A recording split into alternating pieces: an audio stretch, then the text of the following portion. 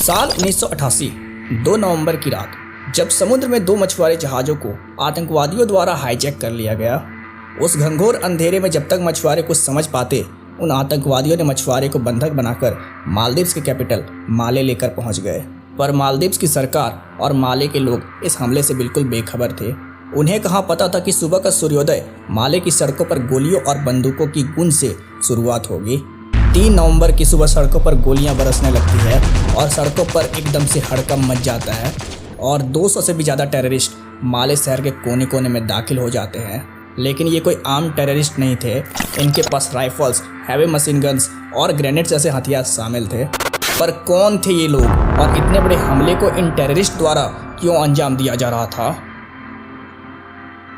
इस हमले के पीछे शामिल था एक शख्स, इब्राहिम नासिर। इब्राहिम नासिर मालदीव्स के आज़ाद होने के बाद पहला राष्ट्रपति चुना गया था, जो 1968 से लेकर 1978 तक अपने कार्यकाल में रहा। पर करप्शन जैसे चार्जेस उस पर लगने के बाद मालदीव्स की जनता ने उसे हटाकर 1978 में अब्दुल गयूम को अपना राष्ट्रपति चुना। इस हमले का उद्देश्य बस एक ही था, अब्दुल गयूम की सरकार का तख्ता पलट करना।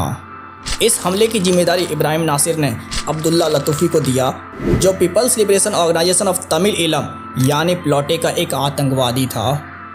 इन टेररिस्ट ने आते ही माले के सभी मेजर गवर्नमेंट हाउस पर कब्जा कर लिया। इनके साथ साथ airports, ports, television station, radio station और पूरे कैपिटल सिटी पर भी कब्जा कर लिया। इन टेररिस्ट का मेन मकसद राष्ट्रपति भवन तक पहुंचना था और अब तक मालदीव्स की सरकारों में अफरा तफरी मचनी शुरू हो गई थी।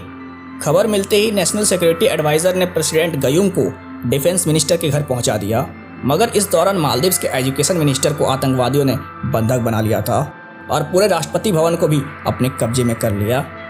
इस घटना के दौरान प्रेसिडेंट गयूम ने कई देशों से मदद की गुहार लगाना शुरू कर दी, जिनमें पहला देश शामिल था पाकिस्तान। उन दिनों मालदीव्स का रिश्ता पाकिस्तान से बेहद करीबी था, मगर पाकिस्तान, श्रीलंका और सिंगापुर ने अपने आप को कैपेबल ना बताकर मदद करने से इनकार कर दिया। जिसके बाद गयूम ने यूएसए और यूके से भी मदद मांगी, पर दूरी का रीज़न देकर उन्होंने भी अपना पल्ला झाड़ लिया।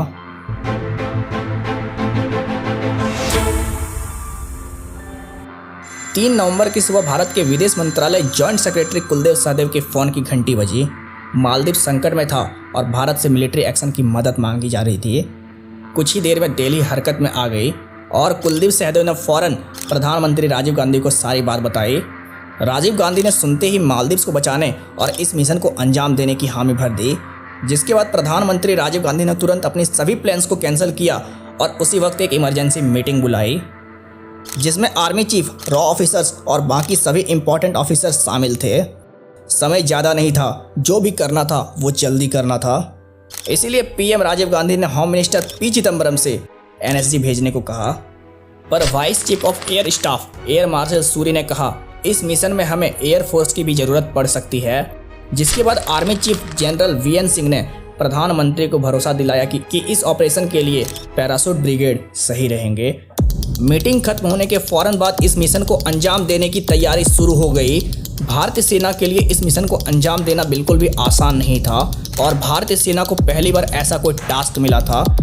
जिसके बाद जितनी जल्दी हो सके उतनी जल्दी भारतीय सेना ने मालदीव्स के बारे में जानकारी जुटाने शुरू कर दी। इत्तेफाक से मालदीव्स में एम्बेसडर रह रहे एके बनर्जी उस वक्त दिल्ली में ही थे। जिसके बाद वो फौरन शाम 4 बजे ही आगरा से दिल्ली पहुंच गए, क्योंकि इंडियन आर्मी का पैराशूट ब्रिगेड का हेडक्वार्टर आगरा में ही था। ऑपरेशन के शुरुआती तैयारी में एके बनर्जी ने इंडियन आर्मी की बहुत हेल्प करी। इंडिया के लिए मुश्किल ये भी था कि इनके पास मालदीव्स का कोई मैप तक नहीं था। ऐसे में कहीं से टूरिस्ट मैप से इंफॉर्मेशन जुटाई गई।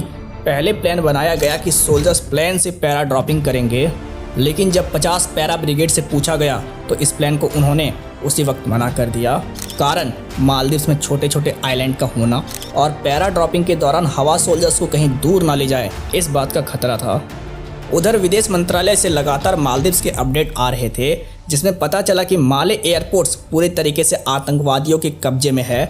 जिसके बाद मालदीव्स पहुंचने का इंडियन आर्मी के पास बस एक ही रास्ता बच गया था, वो था हुलहुले आइलैंड। समय बीतता गया और 3 नवंबर की रात ब्रिगेडियर फारूक बुलसारा के नेतृत्व में इंडियन पारा कमांडो आगरा एयरफोर्स से मालदीव के लिए रवाना हो गई। ब्रिगेडियर फारूक बुलसारा आगरा में 50 इंडिपेंडेंट पारा कमांडो के कमांडर थे। इनके पास 3 पैराशूट बटालियन थे, 3, 6 और 7 पैरा, जिसमें इन्होंने 6 पैरा को लीड बटालियन के रूप में और 3 पैरा को बैकअप के रूप में रखा। प्लान के मुताबिक इंडियन आर्मी मालदीव्स के लिए उड़ान भर चुके थे और उसी 5 घंटे के यात्रा में ऑपरेशन की प्लानिंग की गई। प्लानिंग ये थी कि ज़रूरत पड़ने पर पहले पैराट्रूपर्स नीचे उतरेंगे और प्लेन को बाद में लैंड किया जाएगा, पर हुलहुले एयरपोर्ट पर कोई भी हलचल ना होता देख प्लेन को फ़ौरन एयरपोर्ट पर लैंड किया गया। 5 घंटे और 2000 किलोमीटर की दूरी तय करते हुए इंडियन आर्मी हुलहुले एयरपोर्ट पर पहुंच चुकी थी, जिसके बाद ब्रिगेडियर फारूक बुलसारा द्वारा 2 टीम बनाई गई। एक टीम को एयरपोर्ट सेफ रखने की जिम्मेदारी दी गई और दूसरी टीम को माले को आज़ाद कराना और मालदीव्स के प्रेसिडेंट को सेफ लाना था, जिसके बाद दूसरी टीम लोकल बोट्स का इस्तेमाल करते हुए माले के लिए रवाना हो गई।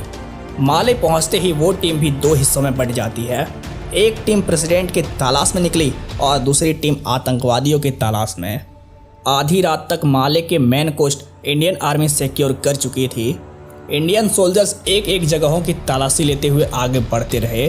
कुछ जगहों पर आतंकवादियों से सामना हुआ जहां जवानों की जीत हुई।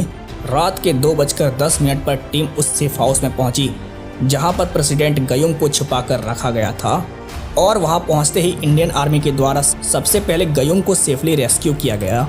उनको इंडिया ले जाने की बात कही गई, लेकिन उन्होंने इंडिया जाने से मना कर दिया क्योंकि वो अपने देश को ऐसी हालत में छोड़कर नहीं जाना चाहते थे। उन्होंने कहा उन्हें नेशनल सर्विस हेडक्वार्टर तक पहुंचा दिया जाए। सुबह 4 बजे वो नेशनल सर्विस हेडक्वार्टर पहुंचे, लेकिन कहानी अभी पूरी खत्म नहीं हुई थी। अभी आतंकवादियों को खदेड़ना बाकी था। अब तक आतंकवादियों के बाकी सोल्जर्स भी मालदीव पहुंच चुके थे। उन्हें इंडियन आर्मी का पता चल गया था। इंडियन आर्मी ने आतंकवादियों पर हमला बोल दिया। आमने सामने की टक्कर हुई। आतंकवादियों ने जब देखा वो इंडियन आर्मी का सामना करने में असमर्थ है तो वो सब कुछ छोड़कर भागने लगे। कुछ आतंकवादी वहीं पकड़े गए जिन्हें इंडियन सोल्जर ने मालदीव सिक्योरिटी फोर्सेस को सौंप दिया, लेकिन कुछ आतंकवादियों ने एक टूरिस्ट बोट को हाईजैक कर श्रीलंका की तरफ भागने लगे।